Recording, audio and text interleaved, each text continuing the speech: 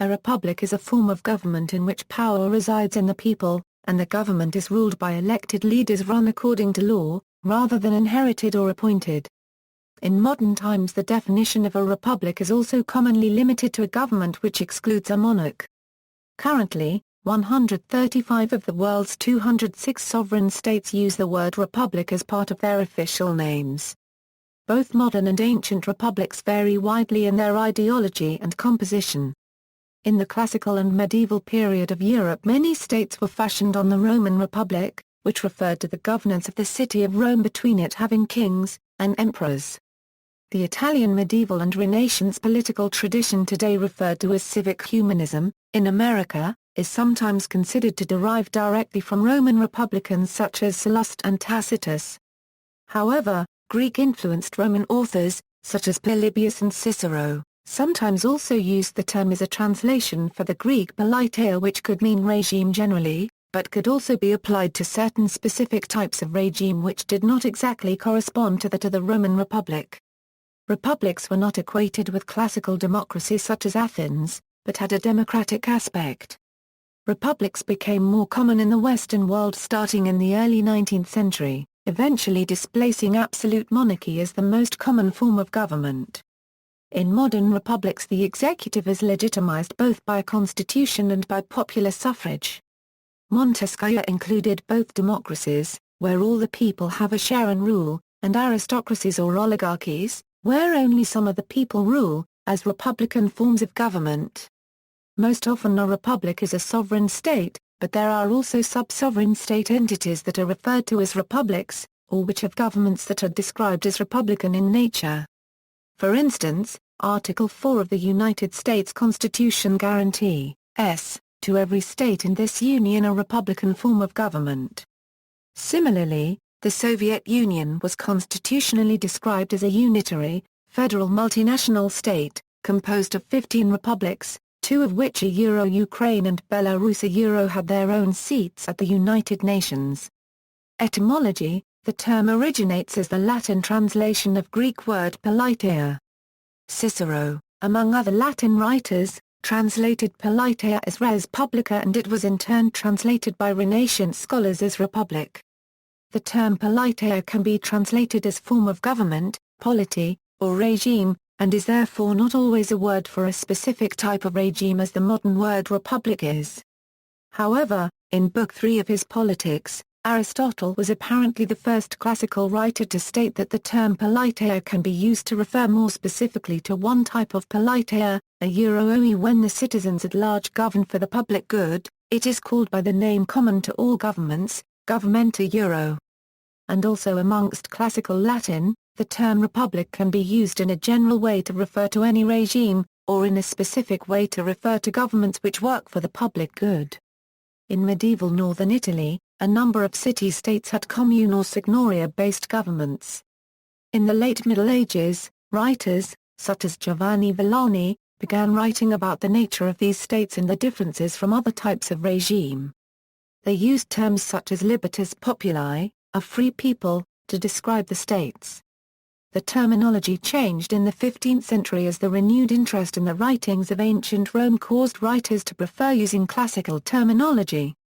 To describe non-monarchical states, writers, most importantly Leonardo Bruni, adopted the Latin phrase res publica.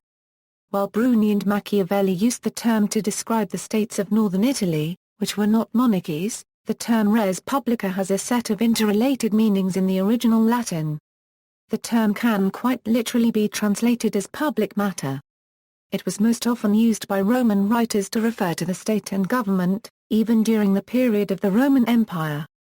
In subsequent centuries, the English word Commonwealth came to be used as a translation of res publica, and its use in English was comparable to how the Romans used the term res publica.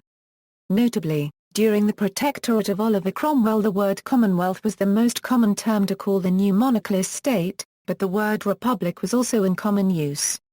Presently, the term republic commonly means a system of government which derives its power from the people rather than from another basis, such as heredity or divine right. This remains the primary definition of republic in most contexts. History: While the philosophical terminology developed in classical Greece and Rome, as already noted by Aristotle, there was already a long history of city-states with a wide variety of constitutions, not only in Greece but also in the Middle East. After the classical period, during the Middle Ages, many free cities developed again, such as Venice. Classical republics. The modern type of republic itself is different from any type of state found in the classical world. Nevertheless, there are a number of states of the classical era that are today still called republics. This includes the Roman Republic. While the structure and governance of these states was very different from that of any modern republic, there is debate about the extent to which classical, medieval, and modern republics form a historical continuum. J.G.A. Pocock has argued that a distinct republican tradition stretches from the classical world to the present. Other scholars disagree. Paulra, for instance, argues that the classical republics had a form of government with few links to those in any modern country. The political philosophy of the classical republics have in any case had an influence on republican thought throughout the subsequent centuries. Philosophers and politicians advocating for republics, such as Machiavelli, Montesquieu, Adams, and Madison, relied heavily on classical Greek and Roman sources which described various types of regimes. Aristotle's Politics discusses various forms of government. One form Aristotle named politeia, which consisted of a mixture of the other forms. He argued that this was one of the ideal forms of government. Polybius expanded on many of these ideas, again focusing on the idea of mixed government. The most important Roman work in this tradition is Cicero's De Republica. Over time, the classical republics were either conquered by empires or became ones themselves. Most of the Greek republics were annexed to the Macedonian Empire of Alexander. The Roman Republic expanded dramatically, conquering the other states of the Mediterranean that could be considered republics, such as Carthage. The Roman Republic itself then became the Roman Empire. Other ancient republics. The term republic is not commonly used to refer to pre-classical city-states, especially if outside of Europe and the area which was under Greco-Roman influence. However, some early states outside of Europe had governments that are sometimes today considered similar to republics.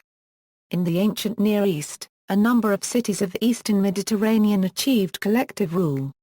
What has been cited as one of the earliest known examples of a republic, in which the people, rather than a monarch, are described as sovereign. The Israelite Confederation of the era before the United Monarchy has also been considered a type of republic. In Africa, the Exum Empire was organized as a confederation ruled similar to a royal republic. Similarly, the Igbo nation of what is now Nigeria. Ancient Nepal had number of early republics such as Likhavi Republic of Vaishali, Sakya Republic of Kapilvastu and the Vidhar Republic of Mithila.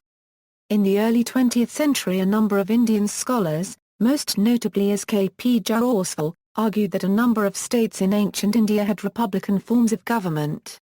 There are no surviving constitutions or works of political philosophy from this period in Indian history, but surviving religious texts do refer to a number of states having gone to the first Asanga, or council-based, as opposed to monarchical, governments. Icelandic Commonwealth. The Icelandic Commonwealth was established in 930 AD by refugees from Norway who had fled the unification of that country under King Harald Fairhair. The Commonwealth consisted of a number of clans run by chieftains, and the Althing was a combination of parliament and supreme court where disputes appealed from lower courts were settled, laws were decided, and decisions of national importance were taken. One such example was the Christianization of Iceland in 1000, where the Althing decreed, in order to prevent an invasion, that all Icelanders must be baptized, and forbade celebration of pagan rituals. Contrary to most states, the Icelandic Commonwealth had no official leader. In the early 13th century, the Sturlung era, the Commonwealth began to suffer from long conflicts between warring clans. This, combined with pressure from the Norwegian king Håkon IV for the Icelanders to rejoin the Norwegian family, led the Icelandic chieftains to accept Håkon IV as king by the signing of the Gamles Rttmali in 1262. This effectively brought the Commonwealth to an end. The Althing, however, is still Iceland's parliament, almost 800 years later. Mercantile republics. In Europe, new republics appeared in the late Middle Ages when a number of small states embraced republican systems of government. These were generally small, but wealthy, trading states, like the Italian city-states and the Hanseatic League, in which the merchant class had risen to prominence. Nuthar Conson has noted that, by the Renaissance, Europe was divided, with those states controlled by a landed elite being monarchies and those controlled by a commercial elite being republics. Across Europe, a wealthy merchant class developed in the important trading cities. Despite their wealth, they had little power in the feudal system dominated by the rural landowners, and across Europe began to advocate for their own privileges and powers. The more centralized states, such as France and England, granted limited city charters. In the more loosely governed Holy Roman Empire, 51 of the largest towns became free imperial cities. While still under the dominion of the Holy Roman Emperor, most power was held locally and many adopted republican forms of government. The same rights to imperial immediacy were secured by the major trading cities of Switzerland. The towns and villages of Alpine Switzerland had, courtesy of geography, also been largely excluded from central control. Unlike Italy and Germany, much of the rural area was thus not controlled by feudal barons, but by independent farmers who also used communal forms of government. When the Habsburgs tried to reassert control over the region, both rural farmers and town merchants joined the rebellion. The Swiss were victorious, and the Swiss Confederacy was proclaimed, and Switzerland has retained a republican form of government to the present. Italy was the most densely populated area of Europe, and also one with the weakest central government. Many of the towns thus gained considerable independence and adopted commune forms of government. Completely free of feudal control, the Italian city-states expanded, gaining control of the rural hinterland. The two most powerful were the Republic of Venice and its rival the Republic of Genoa. Each were large trading ports, and further expanded by using naval power to control large parts of the Mediterranean. It was in Italy that an ideology advocating for republics first developed. Writers such as Bartholomew of Lucca, Brunetto Latini, Marsilius of Padua, and Leonardo Bruni saw the medieval city-states as heirs to the legacy of Greece and Rome. Two Russian cities with powerful merchant class, Novgorod and Pskov, also adopted republican forms of government in 12th and 13th centuries, respectively, which ended when the republics were conquered by Moscow at the end 15th, beginning of 16th century. The dominant form of government for these early republics was controlled by a limited council of elite patricians. In those areas that held elections, property qualifications or guild membership limited both who could vote and who could run.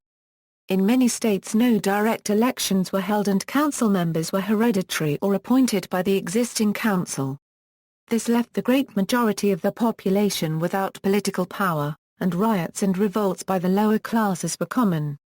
The late Middle Ages saw more than 200 such risings in the towns of the Holy Roman Empire. Similar revolts occurred in Italy, notably the Ciampi revolt in Florence. Calvinist republics, while the classical writers had been the primary ideological source for the republics of Italy, in Northern Europe, the Protestant Reformation would be used as justification for establishing new republics. Most important was Calvinist theology, which developed in the Swiss Confederacy, one of the largest and most powerful of the medieval republics. John Calvin did not call for the abolition of monarchy, but he advanced the doctrine that the faithful had the right to overthrow irreligious monarchs. Calvinism also espoused a fierce egalitarianism and an opposition to hierarchy. Advocacy for republics appeared in the writings of the Huguenots during the French Wars of Religion. Calvinism played an important role in the republican revolts in England and the Netherlands.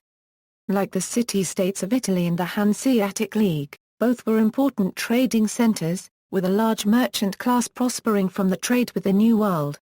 Large parts of the population of both areas also embraced Calvinism. During the Dutch Revolt, the Dutch Republic emerged from rejection of Spanish Habsburg rule. However, the country did not adopt the republican form of government immediately. In the formal Declaration of Independence, the throne of King Philip was only declared vacant, and the Dutch magistrates asked the Duke of Anjou, Queen Elizabeth of England and Prince William of Orange, one after another, to replace Philip. It took until 1588 before the estates decided to vest the sovereignty of the country in themselves. In 1641 the English Civil War began. Spearheaded by the Puritans and funded by the merchants of London, the revolt was a success, and King Charles I was executed. In England James Harrington, Algernon Sidney, and John Milton became some of the first writers to argue for rejecting monarchy and embracing a republican form of government. The English Commonwealth was short-lived, and the monarchy soon restored. The Dutch Republic continued in name until 1795, but by the mid-18th century the stayholder had become a de facto monarch. Calvinists were also some of the earliest settlers of the British and Dutch colonies of North America. Liberal republics. Along with these initial republican revolts, early modern Europe also saw a great increase in monarchical power. The era of absolute monarchy replaced the limited and decentralized monarchies that had existed in most of the Middle Ages. It also saw a reaction against the total control of the monarch as a series of writers created the ideology known as liberalism. Most of these Enlightenment thinkers were far more interested in ideas of constitutional monarchy than in republics. The Cromwell regime had discredited republicanism, and most thinkers felt that republics ended in either anarchy or tyranny. Thus philosophers like Voltaire opposed absolutism while at the same time being strongly pro-monarchy. Jean-Jacques Rousseau and Montesquieu praised republics, and looked on the city-states of Greece as a model. However, both also felt that a nation-state like France, with 20 million people, would be impossible to govern as a republic. Rousseau admired the republican experiment in Corsica and described his ideal political structure of small self-governing communes. Montesquieu felt that a city-state should ideally be a republic, but maintained that a limited monarchy was better suited to a large nation.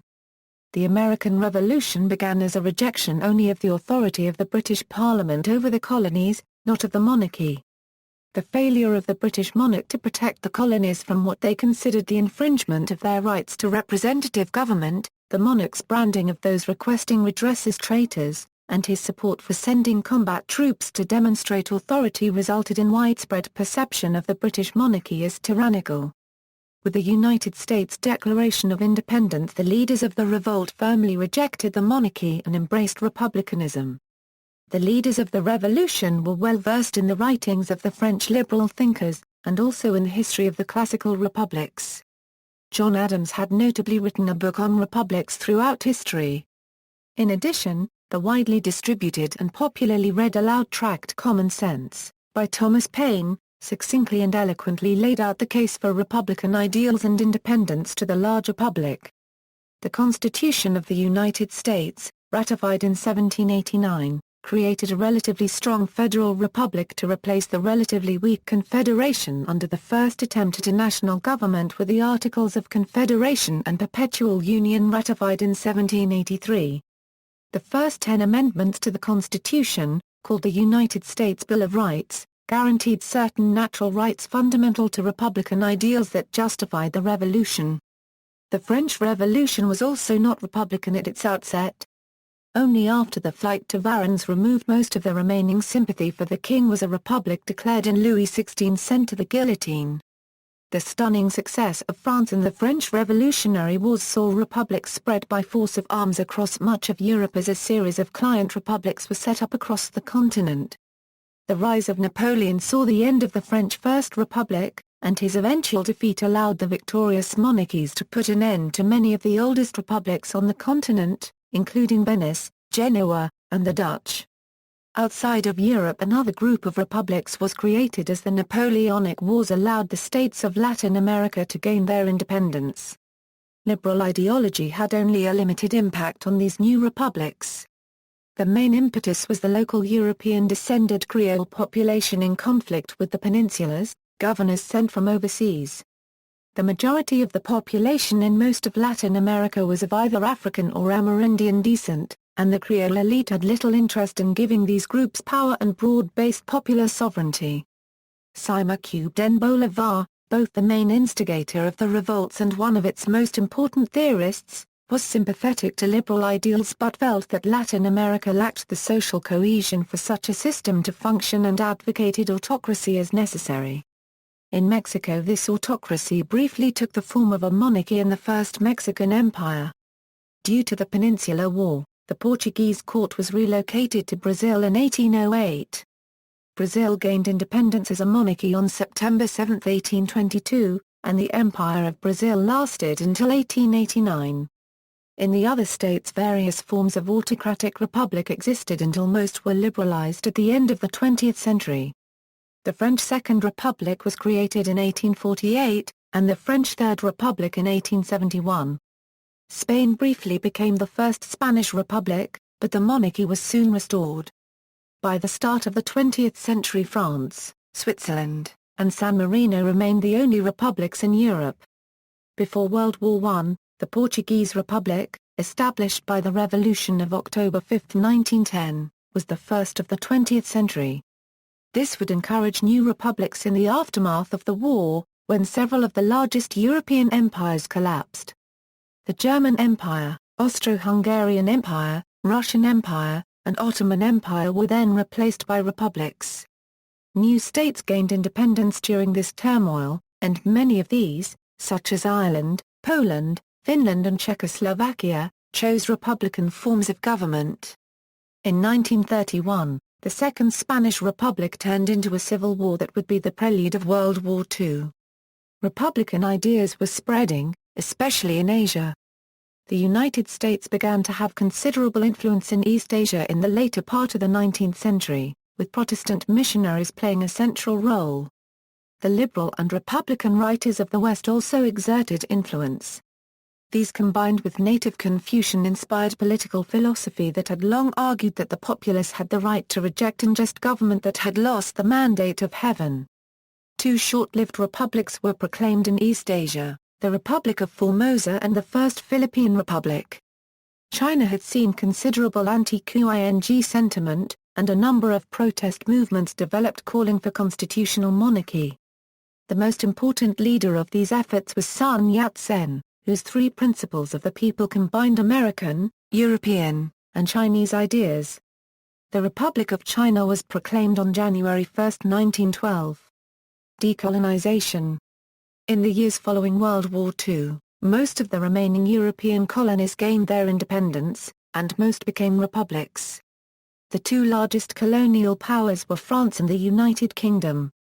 Republican France encouraged the establishment of republics in its former colonies. Great Britain attempted to follow the model it had for its earlier settler colonies of creating independent Commonwealth realms still linked under the same monarchy. While most of the settler colonies and the smaller states of the Caribbean retained this system, it was rejected by the newly independent countries in Africa and Asia, which revised their constitutions and became republics.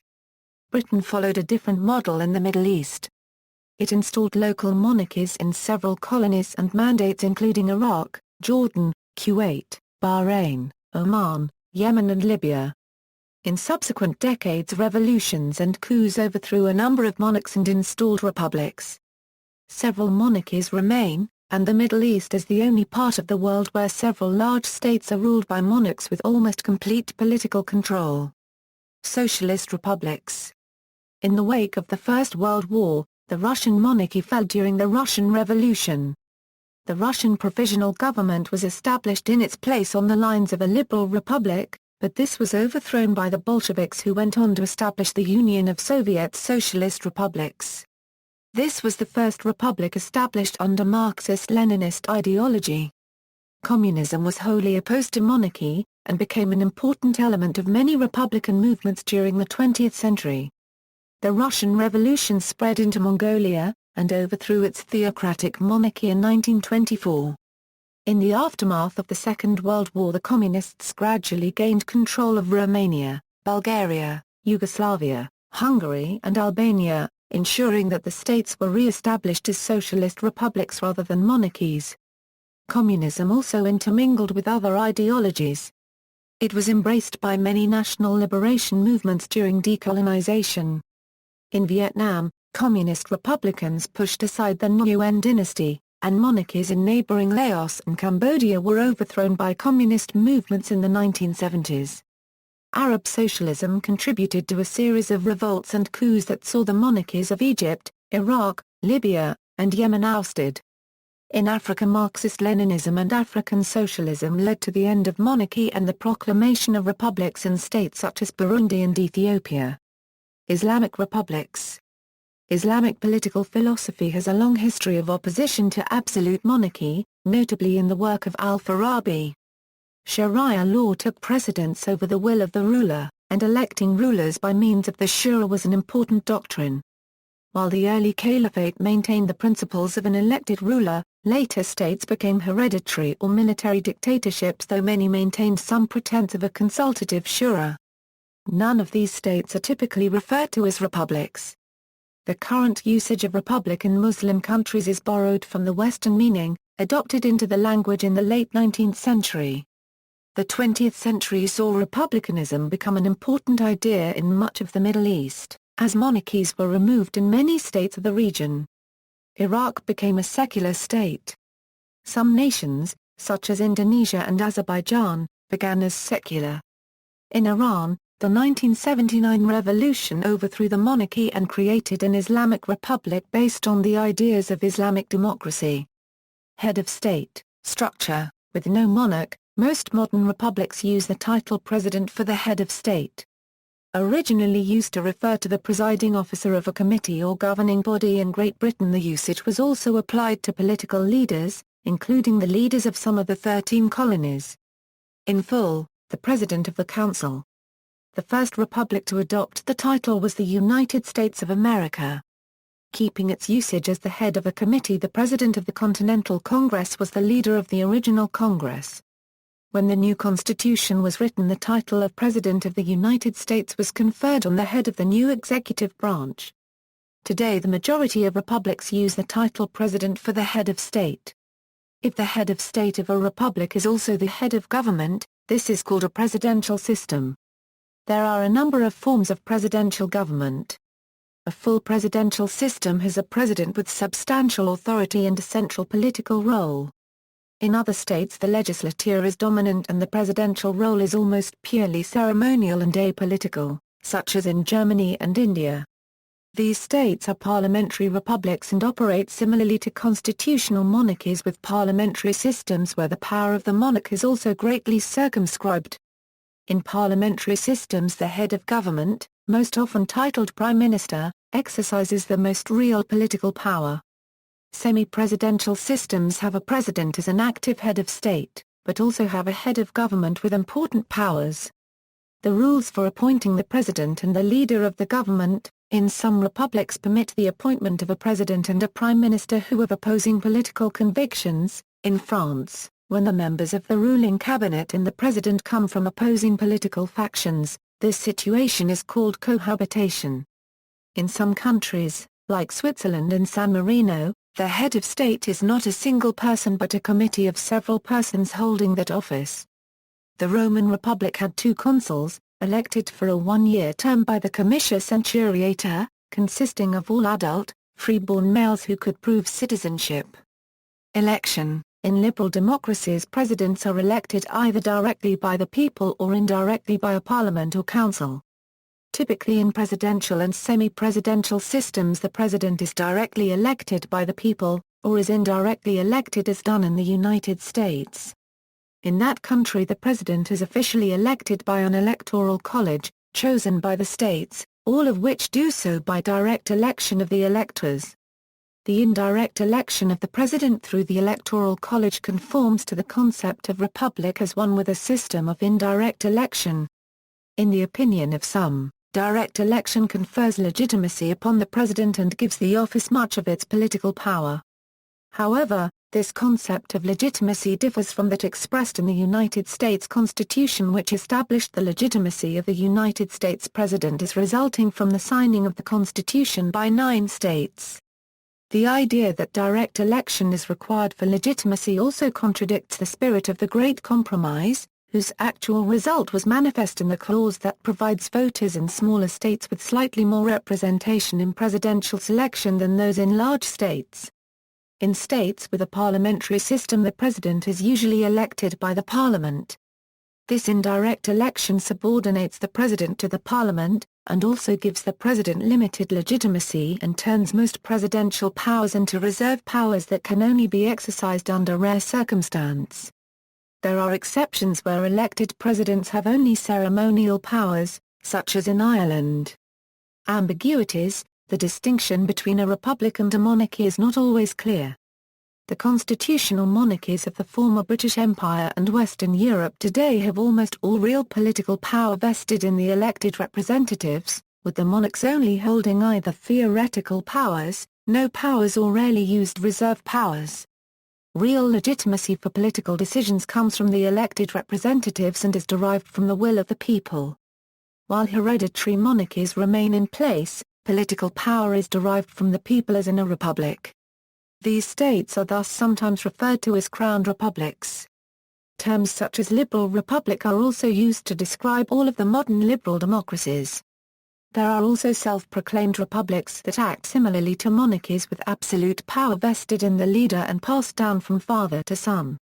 North Korea and Syria are two notable examples where a son has inherited political control. Neither of these states are officially monarchies.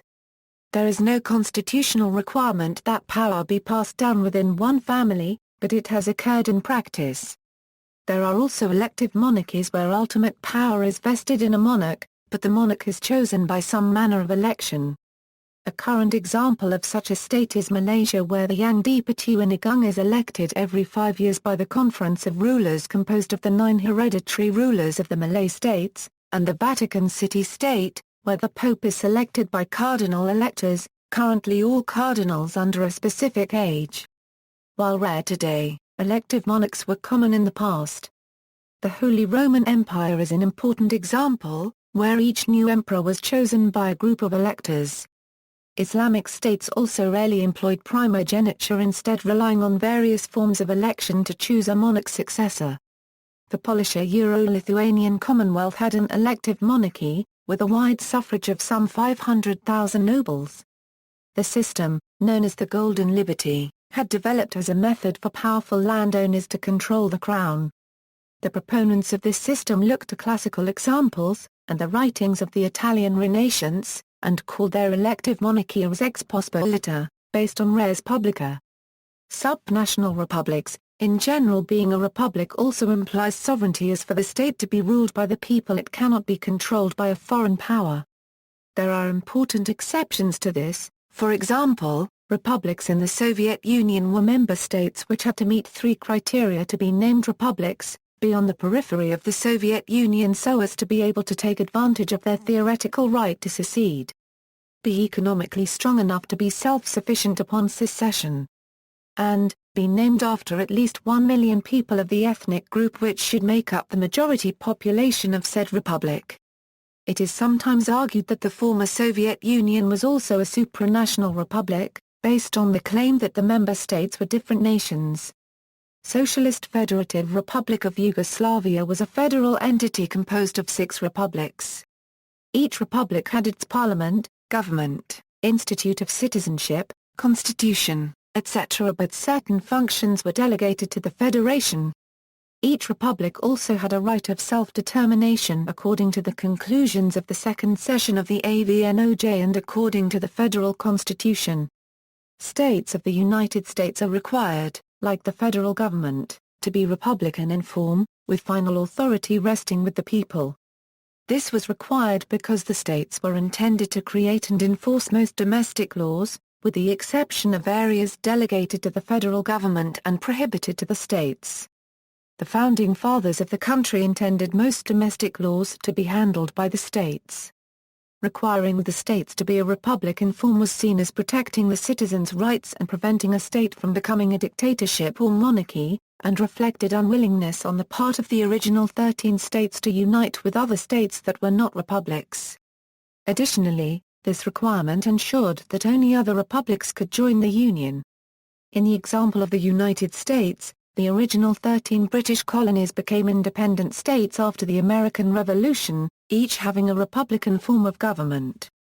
These independent states initially formed a loose confederation called the United States and then later formed the current United States by ratifying the current U.S. Constitution, creating a union of sovereign states with the union or federal government also being a republic. Any state joined the union later was also required to be a republic. Other meanings, political philosophy. The term republic originated from the writers of the Renaissance as a descriptive term for states that were not monarchies. These writers, such as Machiavelli, also wrote important prescriptive works describing how such governments should function. These ideas of how a government and society should be structured is the basis for an ideology known as classical republicanism or civic humanism. This ideology is based on the Roman Republic and the city-states of ancient Greece and focuses on ideals such as civic virtue, rule of law, and mixed government. This understanding of a republic as a distinct form of government from a liberal democracy is one of the main theses of the Cambridge School of Historical Analysis. This grew out of the work of J.G.A. Pocock, who in 1975 argued that a series of scholars had expressed a consistent set of republican ideals. These writers included Machiavelli, Milton, Montesquieu, and the founders of the United States of America. Pocock argued that this was an ideology with a history and principles distinct from liberalism. These ideas were embraced by a number of different writers: Quentin Skinner, Philip Pettit and Cass Sunstein. These subsequent writers have further explored the history of the idea, and also outlined how a modern republic should function. United States. A distinct set of definitions for the word republic evolved in the United States. In common parlance, a republic is a state that does not practice direct democracy but rather has a government indirectly controlled by the people. This understanding of the term was originally developed by James Madison, and notably employed in Federalist Paper No. 10. This meaning was widely adopted early in the history of the United States, including in Noah Webster's Dictionary of 1828.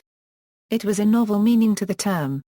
Representative democracy was not an idea mentioned by Machiavelli and did not exist in the classical republics. Also, there is evidence that contemporaries of Madison considered the meaning of the word to reflect the definition found elsewhere, as is the case with a quotation of Benjamin Franklin taken from the notes of James McHenry. Where the question is put forth, a republic or a monarchy. The term republic does not appear in the Declaration of Independence, but does appear in Article 4 of the Constitution, which guarantees, to every state in this union a republican form of government. What exactly the writers of the Constitution felt this should mean is uncertain. The Supreme Court, in Luther v. Borden, declared that the definition of republic was a political question in which it would not intervene. In two later cases, it did establish a basic definition. In United States v. Cruikshank, the court ruled that the equal rights of citizens were inherent to the idea of a republic. However, the term republic is not synonymous with the republican form. The republican form is defined as one in which the powers of sovereignty are vested in the people and are exercised by the people either directly, or through representatives chosen by the people, to whom those powers are specially delegated. In Re Duncan, 139 U.S. 449, 11 SCT 573, 35 L. ed. 219. Minor v. Happersett, 88 U.S. 162, 22 L. ed. 627. Beyond these basic definitions, the word republic has a number of other connotations. W. Paul Adams observes that republic is most often used in the United States as a synonym for state or government, but with more positive connotations than either of those terms. Republicanism is often referred to as the founding ideology of the United States. Traditionally, scholars believe this American republicanism was a derivation of the classical liberal ideologies of John Locke and others developed in Europe. A political philosophy of republicanism that formed during the Renaissance period, and initiated by Machiavelli, was thought to have had little impact on the founders of the United States. In the 1960s and 1970s, a revisionist school led by the likes of Bernard Bailyn began to argue that republicanism was just as or even more important than liberalism in the creation of the United States. This issue is still much disputed, and scholars like Isaac Kramnik completely reject this view. See also, Commonwealth, Democratic Republic, Free State, List of Republics, Index, Republics, Republicanism, Notes and References. Further reading, Martin van Gelderen and Quentin Skinner, eds., Republicanism, A Shared European Heritage, v1, Republicanism and Constitutionalism in Early Modern Europe, Cambridge, Cambridge University Press, 2002, Martin van Gelderen and Quentin Skinner, eds., Republicanism, A Shared European Heritage, v2, The Values of Republicanism in Early Modern Europe, Cambridge, Cambridge UP, 2002, Willie Paul Adams, A Euro-OE Republicanism in Political Rhetoric Before 1776, A Euro-Political Science Quarterly 85, 1970, p. 397-421. Joyce Appleby, A Euro-OE Republicanism in Old and New Contexts, A Euro in William and Mary Quarterly, 3rd Series, 43, January, 1986, p. 3-34. Joyce Appleby, ed., A Euro-OE Republicanism, A Euro Issue of American Quarterly 37, Fall, 1985. Sarah Barber, Regicide and Republicanism, Politics and Ethics in the English Republic, 1646-1649, Edinburgh, Edinburgh University Press, 1998. Gislabok, Quentin Skinner and Maurizio Viroli, eds., Machiavelli and Republicanism, Cambridge, Cambridge UP, 1990. Everdell, William R., The End of Kings, A History of Republics and Republicans, Chicago, University of Chicago Presser, Eric Gajosso, Le Concept de la Copyright Publique en France, Aix-Marseille, 1998, pp 205 Euro 245. James Hankins, Exclusivist Republicanism and the Non-Monarchical Republic, Political Theory 38.4, 452-482. Fra Copyright DAO Copyright Rick Monera, Leader Copyright E de la Copyright Publique et la Jurisprudence du Conseil Constitutionnel Euro Paris, LGDJ, 2004 FNAC, LGDJFR, Philip Pettit, Republicanism, A Theory of Freedom and Government, Oxford, Clarendon Press, 1997, ppx and 304. J. G. A. Pocock, The Machiavellian Moment, Florentine Political Thought and the Atlantic Republican Tradition, Princeton, Princeton University Press, 1975, J. G. A. Pocock, A Euro-OE Between Gog and Magog, The Republican Thesis in the Ideologia Americana, A Euro Journal of the History of Ideas 48, 1987, p. less than 341, J. G. A. Pocock, The Machiavellian Moment Revisited, A Study in History and Ideologia Euro Journal of Modern History 53, 1981, Paul A. Ruh, Republics Ancient and Modern, Classical Republicanism and the American Revolution, 3v, Chapel Hill. U of North Carolina Press 1992, 1994. Jagdish P. Sharma, Republics in Ancient India, c.